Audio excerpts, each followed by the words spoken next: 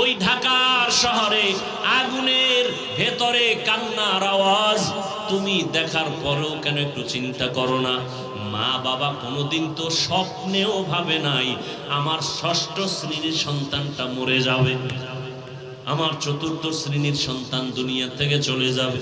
ওই সন্তানগুলো কখনো ভাবে নাই বাবার একাই বাব্বু দোয়া করিও আমি লেখাপড়া করে ডাক্তার হব, ইঞ্জিনিয়ার হব।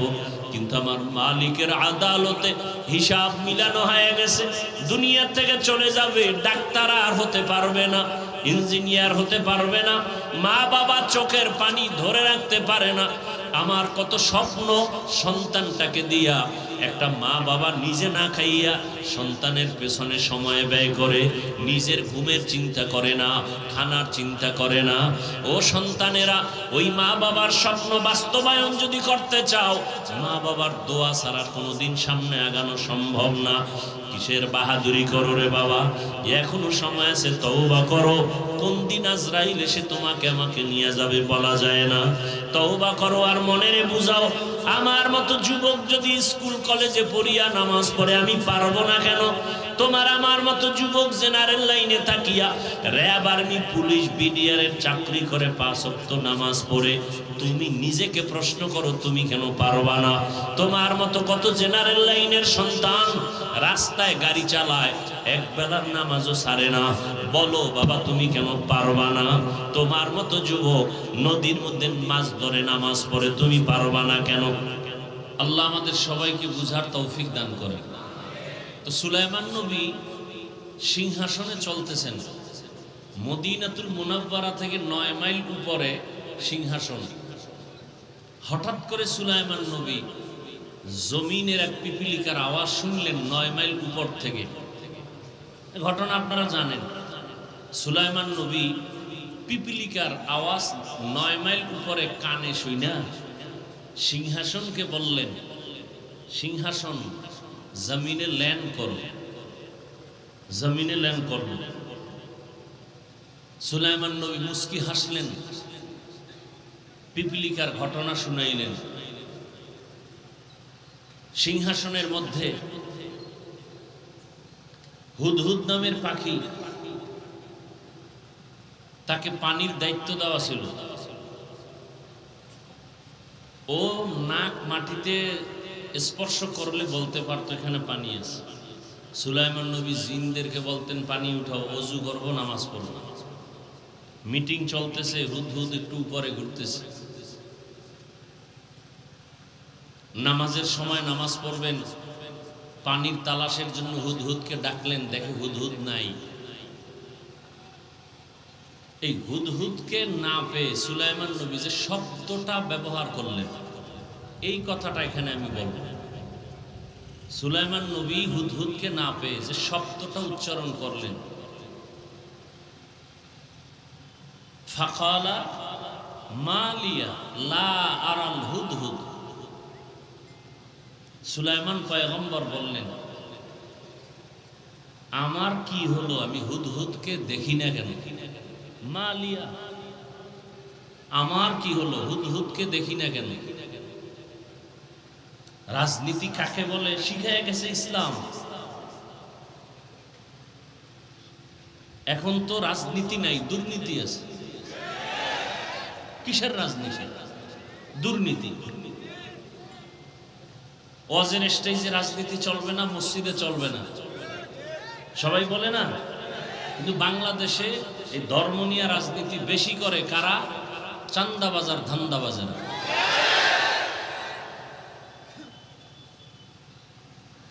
মানে হুজুর কিছু করতে পারবে না, সে মূর্তির মতো থাকবে, আর সব আকাম সাকাম সব অন্যেরা করবে, বাধা দেওয়া যাবে না। আল্লাহ হেদায়াত দান করুন। সুলাইমান পয়গম্বর যে পয়েন্ট আউট করলেন, কোরআনের শব্দ মালিয়া, আমার কি হলো? মসজিদে মুসল্লি নাই, আমরা হুজুরেরা বলি সভাপতি আসে না কেন, তার কি হলো? সুলাইমান নবী শিক্ষা দিলেন, হুদহুদকে দেখি না কেন, আমার কি হলো? এমপি, মন্ত্রী, সরকার, প্রধান উপদেষ্টা, গোষ্ঠী শুদ্ধা সবাই যদি বলে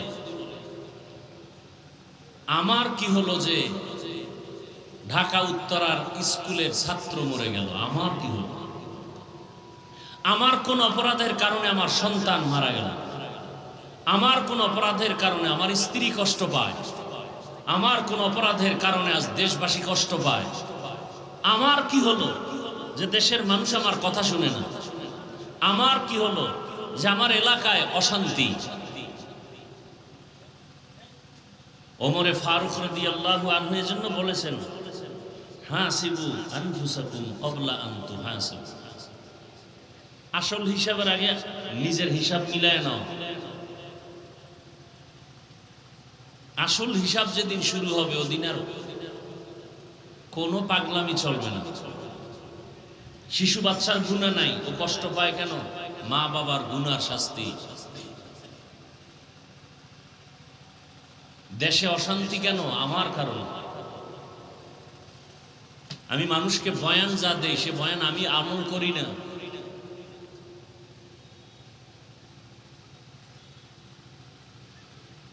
আল্লাহ সবাইকে হেদায়াতের দৌলত দান করেন।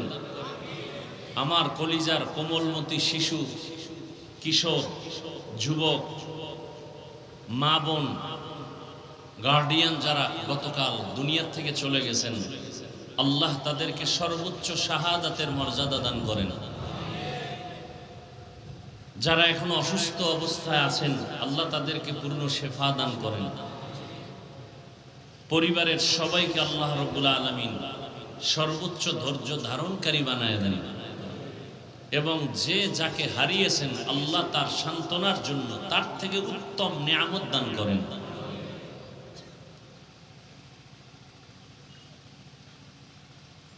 আল্লাহ মুসিবত থেকে দেশ এবং জাতিকে হেফাজত করেন।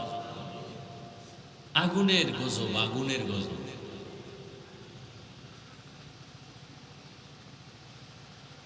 আল্লাহ, আলহামদুলিল্লাহ আপনারা সুস্থ আছেন, আমরা সুস্থ আছি, এটা বড় নিয়ামত। অসুস্থ ব্যক্তিকে জিজ্ঞাসা করেন সুস্থতার মূল্য কত। বাচ্চা আগুনে পুড়ে গেছে, পোশাকটা পর্যন্ত চামড়ার সাথে গলে গেছে, দৌড়াচ্ছে পোশাক নিয়ে বাচ্চা, নিজে একটা গাড়ি খুঁজতেছে, গাড়িওয়ালারা নিতেছে না। হসপিটালে যাবে, বাচ্চা কাঁদতেছে, সহ্য করা যায় না আগুনের পোড়া। একটা বাচ্চা কানলে সহ্য করা যায় না, বড় কেউ কান্না করলে একটু ধৈর্য ধারণ করা যায়। আজকে অনেকে সাংবাদিক মিডিয়ায় দেখাইছে যে ওর সেই টিফিন পড়ে আছে, খানা পড়ে আছে, ব্যাগ পড়ে আছে, বাচ্চা নেই। নির্মম ইতিহাস।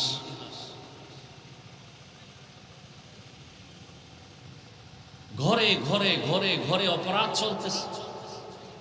মা অপরাধ করে, বাবা অপরাধ করে, ছেলে মেয়ে অপরাধ। ঘরের মধ্যে সারা রাত মোবাইলে জেনা করে, জেনা করে, চোখের জেনা, কানের জেনা, জবানের জেনা, অন্তরের জেনা, সারাটা রাত ঘরে ঘরে চলতেছে। যেই পরিমাণ গুনাহ চলে সারা রাত ঘরে ঘরে, এতে তো ঘুমের মধ্যে আল্লাহর গজব আসা দরকার ছিল,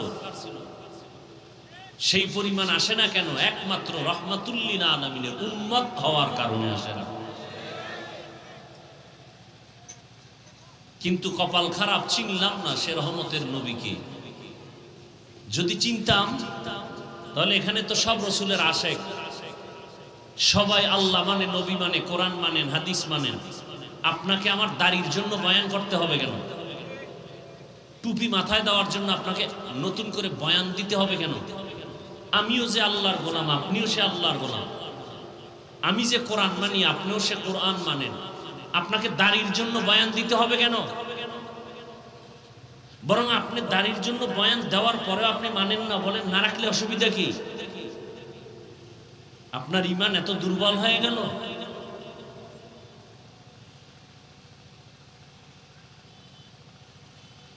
সমস্ত উলামায়ে কেরাম দিন নাই রাত নাই, 24টা ঘন্টার প্রতিটি মুহূর্ত উম্মতের পিছনে দৌড়ায়। নিজের ছেলে মেয়ে, পরিবার, বাড়ি ঘরের কোনো চিন্তা নাই।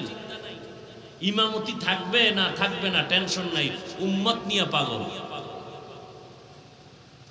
উম্মতের জন্য, এই জাতির জন্য আলেম ওলামা যেই পরিমাণ মেধা, যেই পরিমাণ শ্রম, যেই পরিমাণ সময় ব্যয় করেন আর কেউ করেন। যারা করে ওরা সব চান্দাবাজ আর ধান্দাবাজ, স্বার্থের জন্য, নিজের চেয়ার ঠিক রাখার জন্য। আলেম ওলামারা নিজের চেয়ার চায় না, উম্মত চায়, কারণ তাদের দিল রসুলের মহব্বতে ভরপুর। এজন্য আমি উদাহরণটা এভাবে দেই, সরকারি চাকরি যারা করে, বেসরকারি চাকরি করে, ডিউটি 8 ঘন্টা, নিম্নে বেতন পায় 20,000 টাকা। কিন্তু একজন মসজিদের ইমামের ডিউটি কত ঘন্টা বলেন?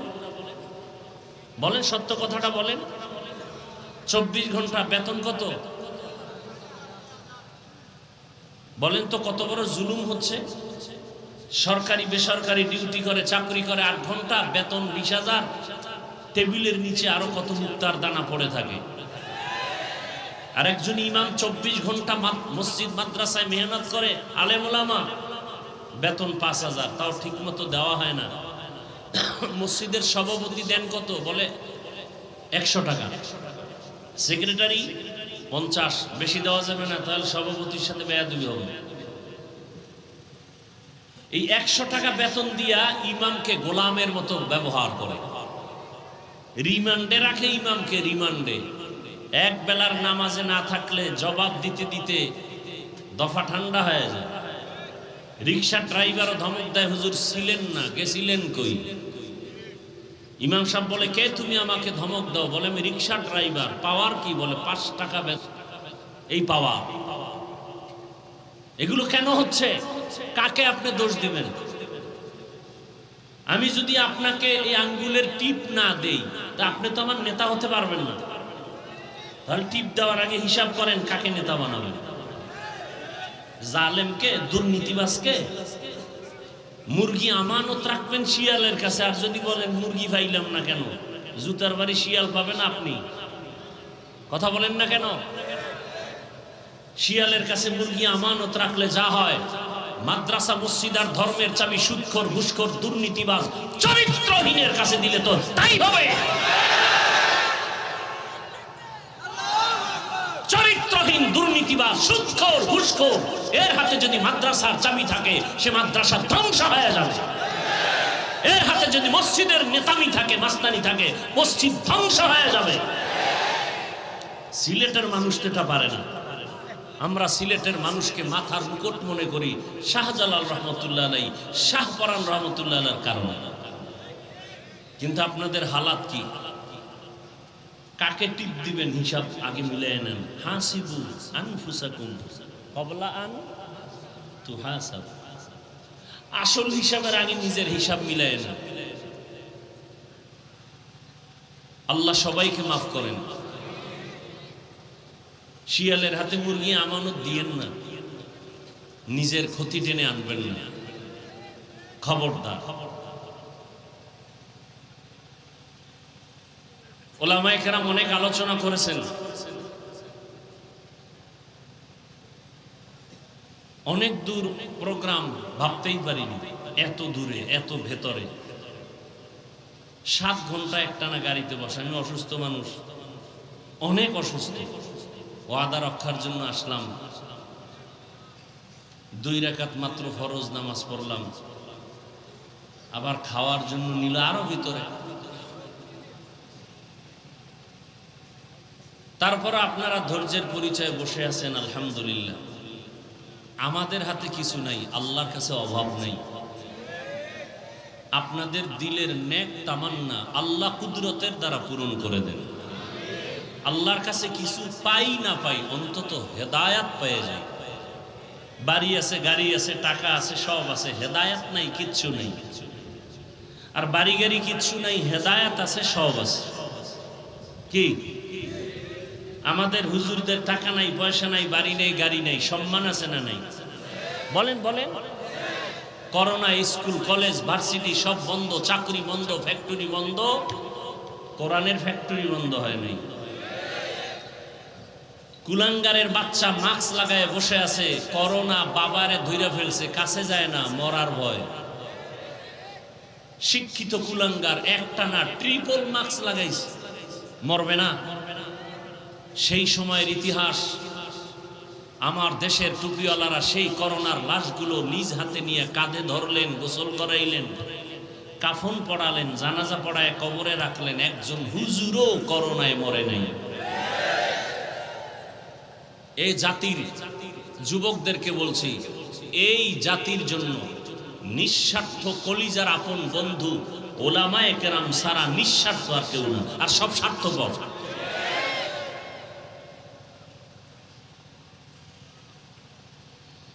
আল্লাহ ইমাম সাহেবের এত কিছু কষ্ট দেয়, এত কিছু করার পরও কোনোদিন বরদোয়া করে না, কলিজা দিয়ে দোয়াই করে।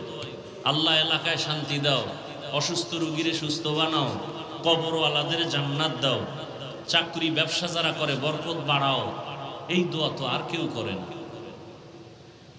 জাতির কল্যাণে চোখের পানি ফেলে ওলামায়ে কেরাম, আর এই মানুষগুলো পদে পদে আলেমদের সাথে গাদ্দারি করে, বেয়াদবি করে।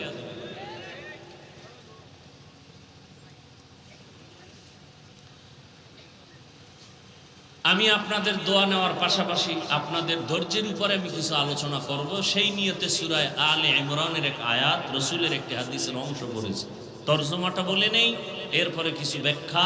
আপনাদের ধৈর্যের উপরে তৌফিক দিবেন কে? আল্লাহ। ঢাকাতে বৃষ্টি, এজন্য আল্লাহ চাইলে সব হয়, বান্দা চাইলে কিছুই হয় না। আল্লাহ বলেন, ইয়া আইয়ুহাল্লাযীনা আমানুত্তাকুল্লাহা হাক্কা তুকাতিহ, ও মুমিন তোমরা আল্লাহকে ভয় করো, ভয় করার মতো হক আদায় করে। ওয়ালা তামুতুন্না ইল্লা ওয়া আনতুম মুসলিমুন। মরণ লাগবে নি, কথা বলেন না কেন?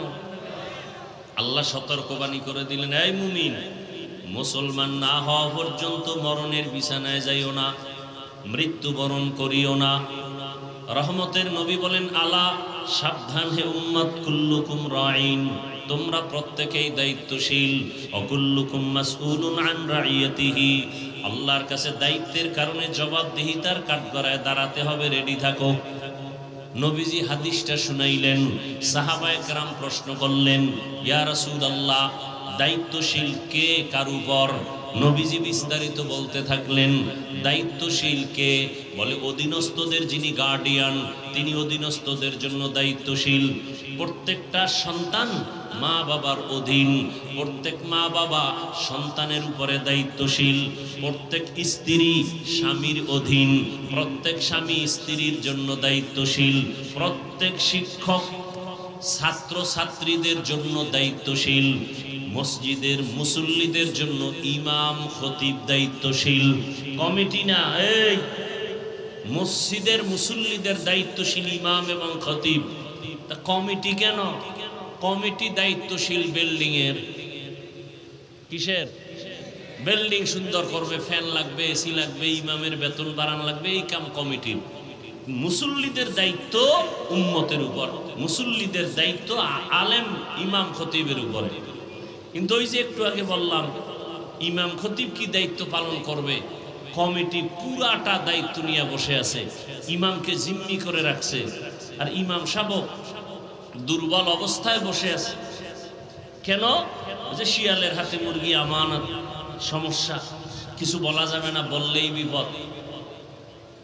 আল্লাহ আমাদের সবাইকে সহি বুঝ দান করে।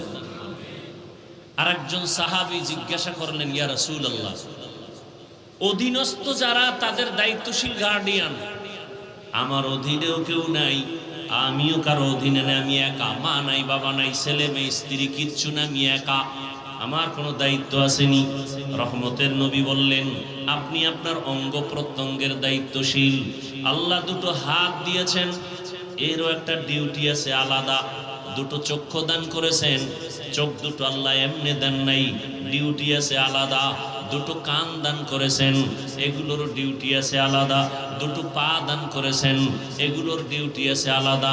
কিয়ামতের ময়দানে আল্লাহর আদালতে এগুলোর জিজ্ঞাসাবাদ করা হবে।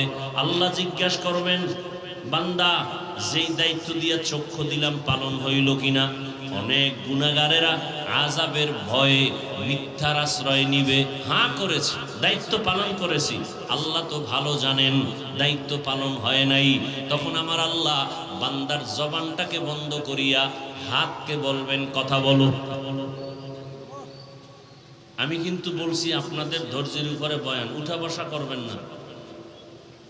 এত কষ্ট করে আপনারা বসলেন, আমিও আসলাম, দুটো কথা আপনারা যদি না শুনেন তাহলে আমি ছেড়ে দেই, আমি আস্তে আস্তে আবার ঢাকার দিকে আগাই। নিজেও ক্ষতি করবেন, অন্যেরও ক্ষতি করবেন, এমন কপাল নিয়ে দুনিয়াতে আসলেন কেন? নবীজি বলেন সব থেকে ভালো মানুষকে, খায়রুন নাস মাইয়ানফাউন নাস, সব থেকে ভালো মানুষ তো ওই ব্যক্তি যার দ্বারা অন্যের উপকার হয়। আপনার এমন কপাল কেন যে নিজের কপালটাও পুরেন, অন্যেরটাও পুরেন? কিয়ামতের ময়দানে আল্লাহ হাককে বলবেন কথা বলো। আল ইয়াউমা নাখতিমু আলা আফওয়াহিহিম ওয়া তুকাল্লিমুনা আইদিহিম ওয়া তাশহাদু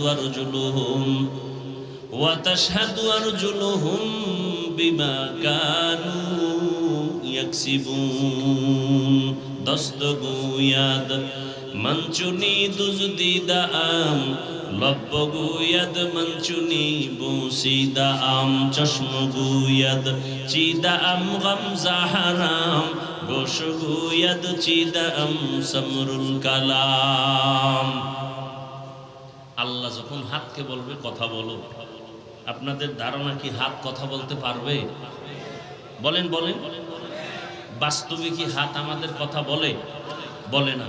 এখান থেকে একটা পয়েন্ট আজীবন মনে রাখলে আর কোনোদিন অলিয়া উলিয়ার বিরোধিতা করবেন না। আমি তো সারা বাংলাদেশে আমার মতো কঠোর ভাষায় কেউ বলে না। আমি বলি আল্লাহর জাতের কসম, যারা বলে আমরা পীর আউলিয়া মানি না, ওরা কোরআনও মানে না, বুখারী শরীফও মানে না, ওরা ভণ্ড, ওরা বাতিল। ওদেরকে যারা ভণ্ড বলে না তারাও ভণ্ড।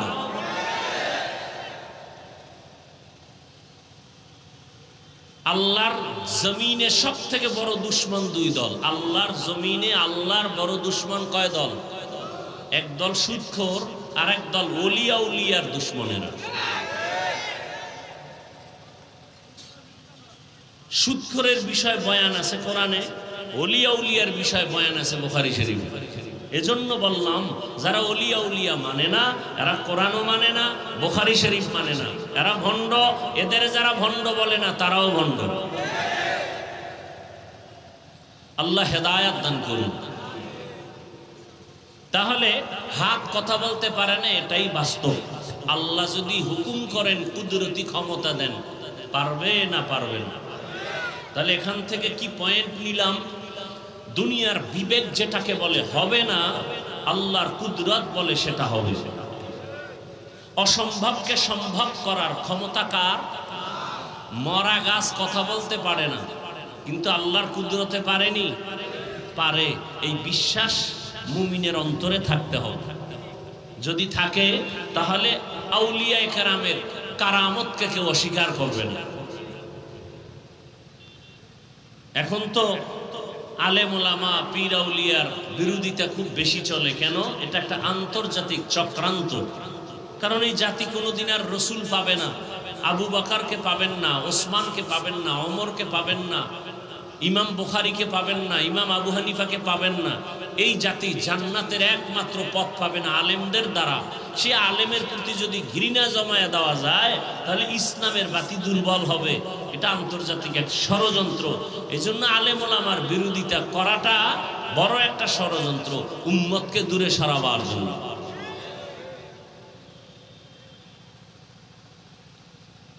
আল্লাহ কিয়ামতের দিন আল্লাহ যখন বলবেন হাত কথা বলো, সাথে সাথে কথা বলা শুরু করবে। ও আল্লাহ, যেই কাজের জন্য হাত দিছো, হাতের দ্বারা মা বাবার উপকার করবে, করে নাই। হাতের আঙ্গুলগুলো দিয়া দিয়া কোরআনের লাইনে টেনে টেনে কোরআন পড়বে, পড়ে নাই। চোখ বলবে হে আল্লাহ, দুটো চক্ষু তুমি দান করেছো, মা বাবার চেহারা দেখবে সওয়াব, আলেমদের চেহারা দেখবে সওয়াব, বাইতুল্লাহ দেখবে সওয়াব, আল্লাহর কোরআন দেখে দেখে তেলাওয়াত করবে সওয়াব।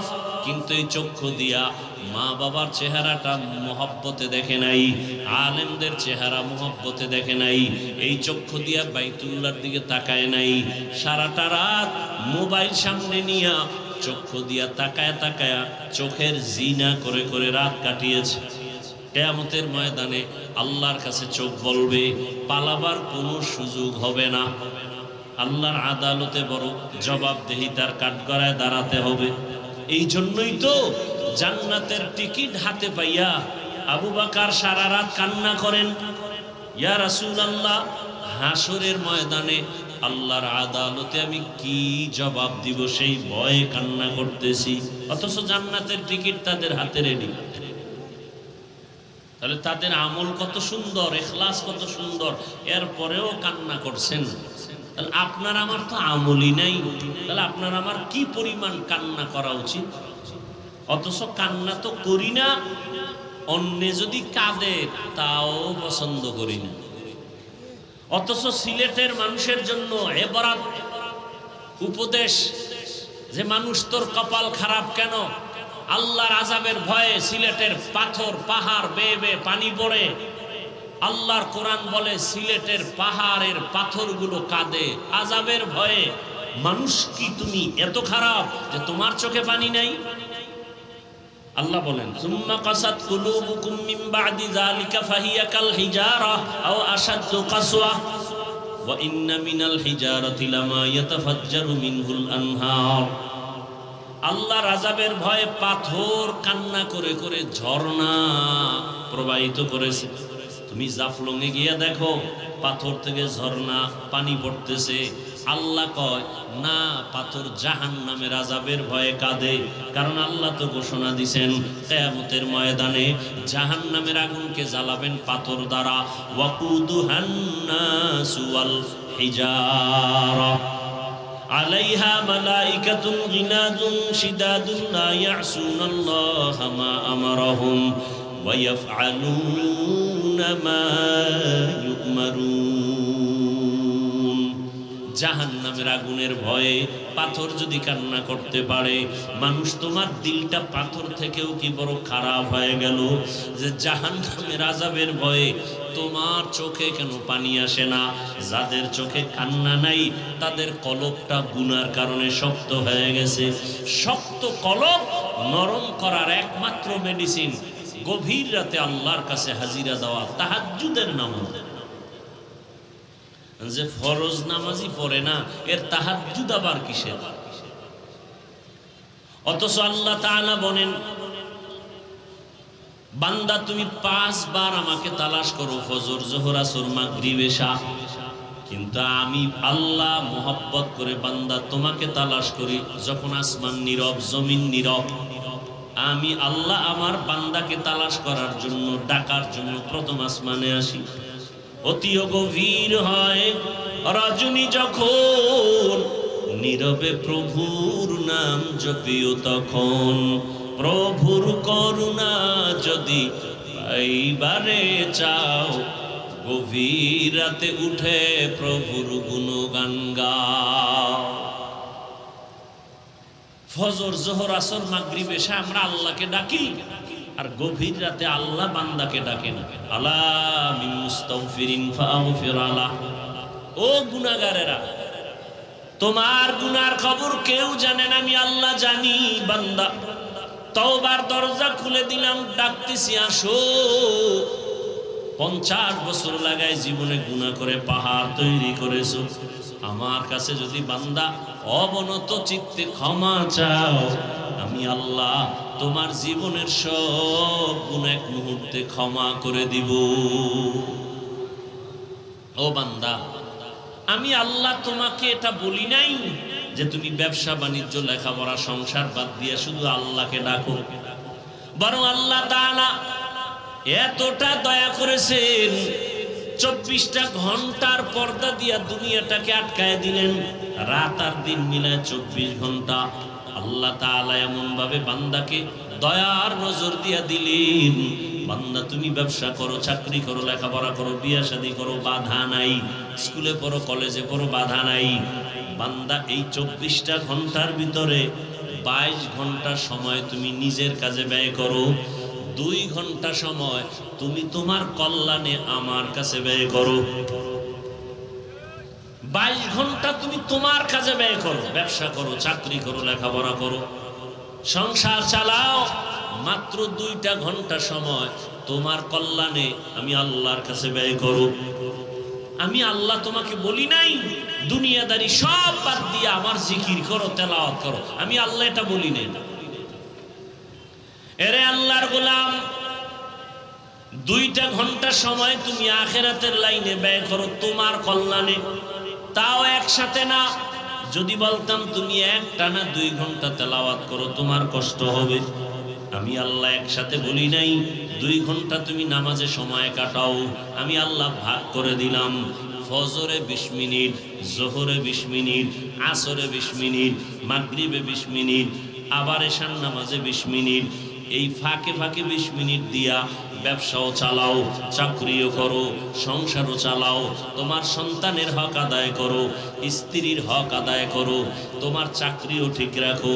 20 মিনিট করে করে তুমি সময় দাও 5 বেলা নামাজে। যদি দাও তাহলে ব্যবসাও তোমার নেকের পাল্লায় ওজন করা হবে। রহমতের নবী বলেন, আত-তাজিরুস সুদুকুল আমিন মা'আন নাবিয়্যিন ওয়াস সিদ্দিকিন ওয়াস শুহাদা ওয়াস সালিহিন। যারা সততার সাথে ব্যবসা করবে, নবী বলেন তারা আমার সাথেই জান্নাতে থাকবে। রহমতের নবী বলেন, কেউ যদি এশার নামাজ পড়ে ঘুমায়, আবার ঘুম থেকে উঠে যদি ফজরের নামাজ আদায় করে নেয়, আল্লাহর নবী বলেন ওই ঘুমের সময়টাও নেকের পাল্লায় ওজন করা হবে। মাকুন সুসুতি নামাজে পাঞ্জেগানা ফাওয়াইলুল লিল মুসাল্লিনাল্লাযিনা মুমিনারা এই নামাজে এমদাদে দা ইস্তাইনু আয়াতে কুর আবাহা আয়াতে কদ আফলাহারা ইয়াদকুন গৌর কুন্দর মানিয়াজদিল সাদেকুন। আল্লাহ তাআলা বলেন, বান্দা খাঁটি মুসলমান না হইয়া তুমি মরণ বরণ করিও না। মুসলমান হইতে হলে বান্দা তোমার হৃদয়টাকে, কলবটাকে গুনাহমুক্ত করতে হবে। আর গুনাহমুক্ত করার জন্য আল্লাহর কাছে তোমার ভয় বা তাকওয়া অন্তরে জমা করতে হবে। এই জন্য আল্লাহ বলেন, আমাকে ভয় করার মতো হক আদায় করে ভয় করো এবং তুমি খাঁটি মুসলমান হইয়া মরণ বরণ করো। এই ভয় বা তাকওয়া অন্তরে জমা করো। আর এই ভয় বা তাকওয়া অন্তরে জমা করার জন্য একমাত্র ঠিকানা কুনু মা'আস সাদিকিন। আল্লাহর প্রিয় বান্দা মুত্তাকি যারা, এদের নেক নজর লাগাও, এদের নেক নজর নিয়া নিজের অন্তরকে পরিশুদ্ধ করো, গুনাহমুক্ত জীবন নিয়ে চলো। এরে আমার পর্দার আড়ালের মা বোনেরা, ও আমার কলিজার যুবক বাবারা, ও বৃদ্ধ বাবাজি, এতক্ষণ যে আমি বয়ান শুনাইতেছি, একবারও কিন্তু আমি আপনাদের বলি নাই আমার মতো পাস করলি লাগাও, না হয় জাহান্নামে যেতে হবে। আমি কওমি মাদ্রাসার সন্তান, আপনারাও কওমি মাদ্রাসায় যান, স্কুল বন্ধ করে দেন, একবারও বলি নাই। আমি তাবলীগের লাইনের সন্তান, আমি আপনাকে একবারও বলি নাই যে আপনি তাবলীগে না গেলে জাহান্নামে যাবেন। আমি পীরের মুরিদ, আপনাদের একবারও বলি নাই পীরের কাছে যেতেই হবে, না হয় জাহান্নাম ছাড়া উপায় নাই।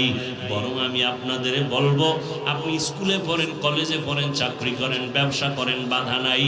আমার পরামর্শ হলো ওখানে থাকিয়া জান্নাতের পথটাকে সুন্দরভাবে নিজে তৈরি করেন। স্কুলে পড়িয়া, কলেজে পড়িয়া, চাকরি ব্যবসা ঠিক রাখিয়া জান্নাত পাওয়ার কি রাস্তা নাই? কথা বলেন না কেন? এরে আমার কলিজার যুবক বাবারা, একটু নজর করিয়া দেখো, তোমার মতো কত যুবক স্কুল কলেজে পড়িয়াও 5 বেলার নামাজ পড়ে আছে না নাই?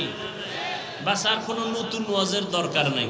এতটুকু ওয়াজ তোমার অন্তরে ঢুকাও যে তোমার মতো যুবক জেনারেল লাইনে থাকিয়া স্কুল কলেজে পড়িয়া যদি 5 বেলার নামাজ পড়তে পারে, তুমি তোমার বিবেককে প্রশ্ন করো, তুমি পারো না কেন? অবশ্যই তোমার উপরে আল্লাহ বেজার। এখন কি করার? একটাই পথ, আল্লাহ তওবার দিকে ডাকতেছেন, তুমি তওবা করো, জীবনের সব গুনাহ মাফ। মনটাকে বুঝাইয়া দাও, সারা রাত বয়ান শুনে কি লাভ হবে? মাঠ ভর্তি মুসলমানের অভাব নাই, কিন্তু অবস্থা যদি এমন হয় ফজরের নামাজেও নাই, জোহরেও নাই, আসরেও নাই, মাগরিবেও নাই, এশায়ও নাই, এই বয়ান শুনে কি লাভ হবে? মনটাকে বুঝাও রে বাবা, কয়দিন আর দুনিয়াতে বাঁচবা? ওই ঢাকার শহরে আগুনের ভেতরে কান্নার আওয়াজ তুমি দেখার পরেও কেন একটু চিন্তা করো না? মা বাবা কোনোদিন তো স্বপ্নেও ভাবে নাই আমার 6ষ্ঠ শ্রেণীর সন্তানটা মরে যাবে, আমার 4র্থ শ্রেণীর সন্তান দুনিয়া থেকে চলে যাবে। ওই সন্তানগুলো কখনো ভাবে নাই বাবারে কয় বাব্বু দোয়া করিও আমি লেখাপড়া করে ডাক্তার হব, ইঞ্জিনিয়ার হব। কিন্তু আমার মালিকের আদালতে হিসাব মিলানো হয়ে গেছে, দুনিয়া থেকে চলে যাবে, ডাক্তার আর হতে পারবে না, ইঞ্জিনিয়ার হতে পারবে না। মা বাবা চোখের পানি ধরে রাখতে পারে না। আমার কত স্বপ্ন সন্তানটাকে দিয়া, একটা মা বাবা নিজে না খাইয়া সন্তানের পেছনে সময় ব্যয় করে, নিজের ঘুমের চিন্তা করে না, খানার চিন্তা করে না।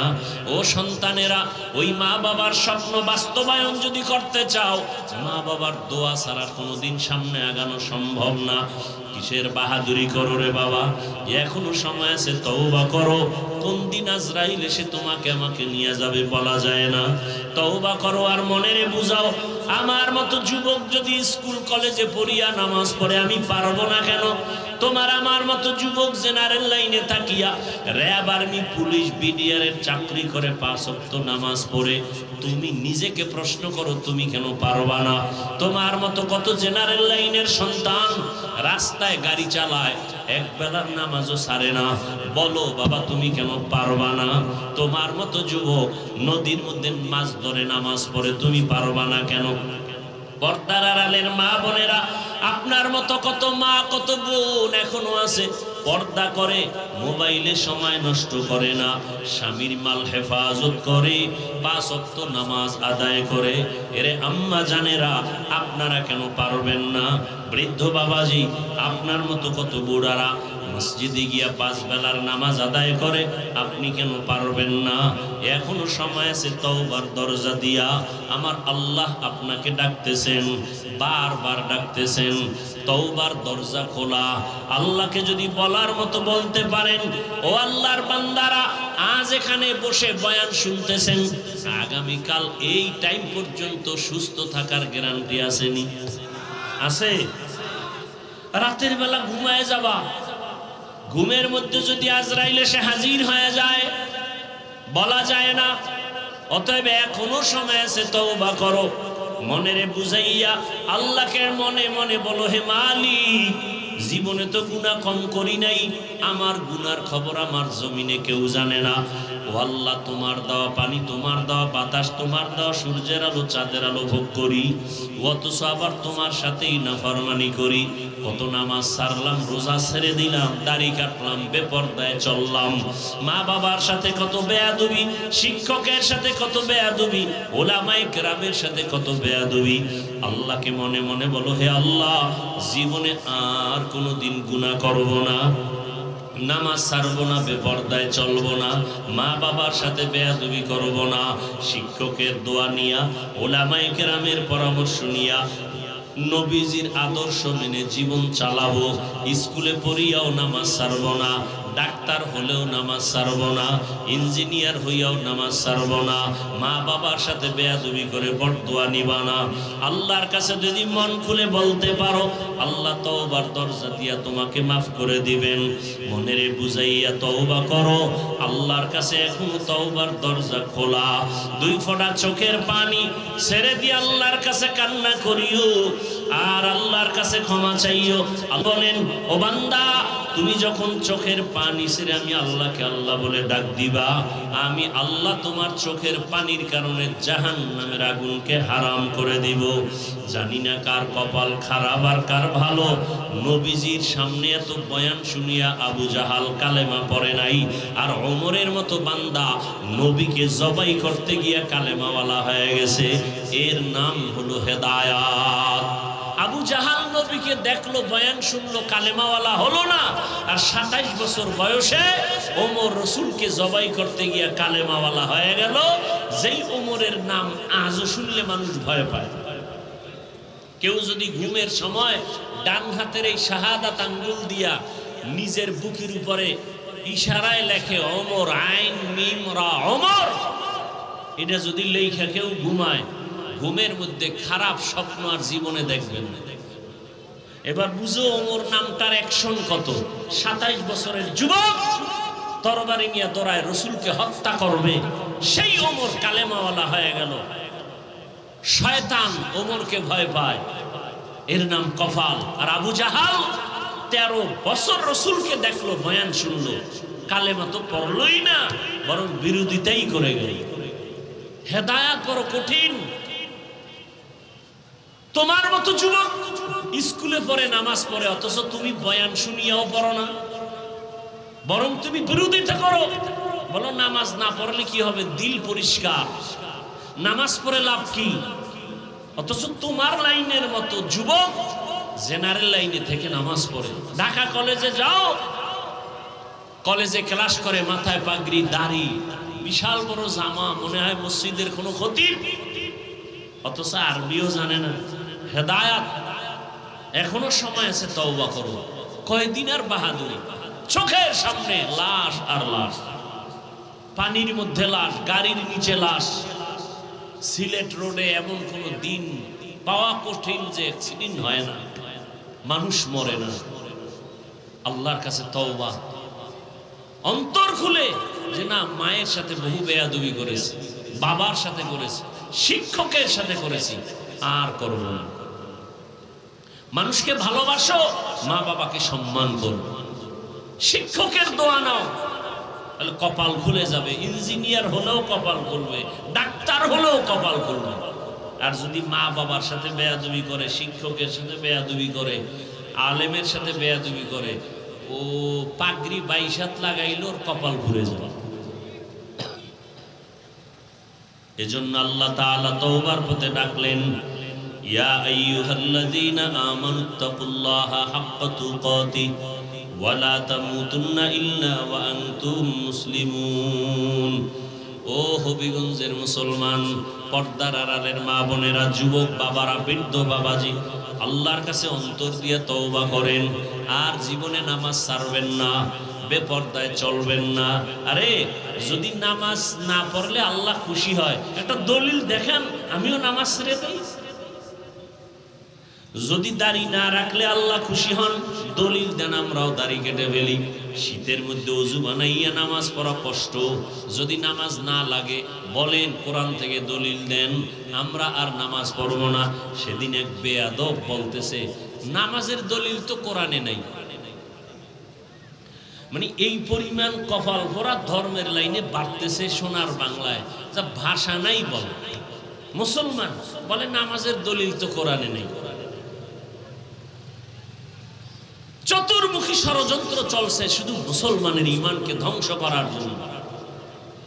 অতএব যুবক বাবাদেরকে বলবো, এখনো সময় আছে, তওবা করেন। উলামায়ে কেরামের দোয়া নেন, মা বাবার দোয়া, শিক্ষকের দোয়া নিয়ে সামনে আগান। ডাক্তার হলেও যেন সম্মানের চেয়ার অনেক উপরে যায়। আল্লাহর কাছে তওবা করেন মনে মনে। আরে মানুষের অন্তরে একটা শখ থাকে, পার্কে গেলে কি জানি মজা। যুবককে বলবো, তুমি গেছো না, এবার ফিরো। মনে শখ লাগছে, মোবাইলে আড্ডা দিবার দিছো না, এবার ফিরো। মনে শখ লাগছে ঘুরবা, কক্সবাজার, বিভিন্ন জায়গায় গেছো না, এবার ফিরো। আর কত বছর গুনাহ করলে শখ মিটে যাবে? আর হায়াতের বাকি কত? এখনো সময় আছে, ফিরে যাও। আল্লাহ তোমাকে অনেক দামি করে দিবেন। তওবা। আল্লাহ বলেন বান্দা যখন তওবা করে দুফোঁটা চোখের পানি ছেড়ে দেয়, আমি আল্লাহ তোর জীবনের সব গুনাহ 1 সেকেন্ডে মাফ করে দেব। অতএব এখনো সময় আছে, তওবা করি। আর জীবনে মা বাবার সাথে বেয়াদবি করব না। কি যুবক বাবারা রাজি আছো?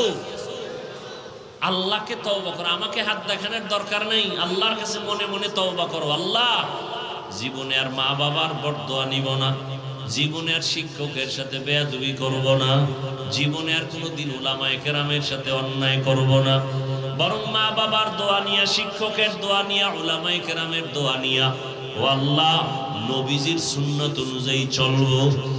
আর নামাজ ছাড়বো না, দাড়ি কাটবো না, বেপরদায় চলবো না। তওবা করার মতো যদি কারো অন্তর তৈরি হয়, মুনাফিকি যদি অন্তরে না থাকে, খাঁটি তওবার নিয়ত যাদের আছে, দুটো হাত আমার আল্লাহকে দেখাইয়া দেই। আয় আল্লাহ আমাদের হাতগুলো কবুল করে নেন, তওবা কবুল করে নেন। আল্লাহ তওবার উপরে মজবুত হইয়া চলার মতো আমাদের তৌফিক দান করেন, আমিন। আলহামদুলিল্লাহি রাব্বিল আলামিন, ওয়াসসালাতু ওয়াসসালামু আলা সাইয়্যিদিল আমবিয়াই ওয়াল মুরসালিন ওয়া আলা আলিহি ওয়া আসহাবিহি আজমাইন। ইয়া আরহামার রাহিমিন, ইয়া আরহামার রাহিমিন, ইয়া আরহামার রাহিমিন। রব্বিরহামহুমা কামা রাব্বায়ানি সগীরা। আল্লাহুম্মা ইন্নাকা আফুউন কারীম তুহিব্বুল আফওয়া ফা'ফু আন্না। اللهم إنا نسألك رضاك والجنة ونعوذ بك من سخطك والنار. اللهم إنا نعوذ بك من البرص والجنون والجذام وسيء الأسقام. ও দয়ার মালিক, দুনিয়ার সব বাড়িওয়ালাদের দরজা এখন বন্ধ, আপনার রহমতের দরজাগুলো খোলা। খোলা আসমানের নিচে আপনার বান্দাদেরকে নিয়ে হাজির হয়েছি। আমার কলিজার কত উলামায়ে কেরাম এখানে হাজির, কত যুবক, কত বৃদ্ধ, কত ছাত্র ভাই, পর্দার আড়ালে কত মা বোনেরা। ও আল্লাহ মেহেরবানি করে আমাদের সবার জীবনের গুনাহগুলো মাফ করে দেন। আজকের মাহফিল কবুল করে নেন, আয়োজনকারী সহযোগিতাকারীদের কবুল করে নেন, দান সদকা যারা করেছেন কবুল করে নেন, এলাকায় শান্তির ফয়সালা করে দেন, মা বোনদের আবেদা পর্দাওয়ালা বানায় দেন, সন্তানগুলো নেককার বানায় দেন, যারা লেখাপড়া করে পরীক্ষার্থী কামিয়ে বিধান করেন। আয় আল্লাহ সারা দুনিয়াবাসীকে মাফ করে দেন, বাংলাদেশ শান্তির দেশ বানায় দেন। আয় আল্লাহ আমরা এখানে সুস্থতার সাথে মুনাজাত করছি, বয়ান শুনছি, বয়ান করেছি, কিন্তু কত মায়ের চোখে এখনো পানি। ঢাকার শহরে গতকালের ঘটনা কেউ বরদাস্ত করতে পারে না, কত মায়ের ঘুম হারাম হয়ে গেল। আয় আল্লাহ তাদের কলিজাটা ভেঙ্গে চূর্ণ বিচূর্ণ হয়ে গেছে, অনেকে সন্তানের খোঁজও এখন পর্যন্ত পায় নাই। ও আল্লাহ যারা দুনিয়ার থেকে চলিয়া গেল, আয় আল্লাহ তাদেরকে শাহাদাতের উচ্চ মর্যাদা দান করেন।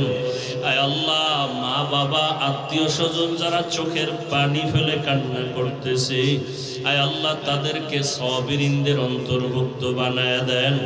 আয় আল্লাহ তাদের ধৈর্য ধারণ করার তৌফিক দান করেন। সন্তান হারা, মা হারা, বাবা হারা, ভাই হারা, আয় আল্লাহ যে যাকে হারাইয়া অসহায়, কুদরতের দ্বারা তাদেরকে উত্তম নিয়ামত দান করেন। আয় আল্লাহ বাংলাদেশ শান্তির দেশ বানায়া দেন, জুলুম থেকে দেশ ও জাতিকে হেফাজত করেন। আয় আল্লাহ সমস্ত মসজিদ মাদ্রাসাগুলো কবুল করে নেন। আয় আল্লাহ আমার কলিজার প্রত্যেকটা যুবকের কবুল করে নেন, মোবাইলের গুনাহ থেকে হেফাজত করেন, 5 ওয়াক্ত নামাজি বানায়া দেন, কোরআন পড়নেওয়ালা বানায়া দেন।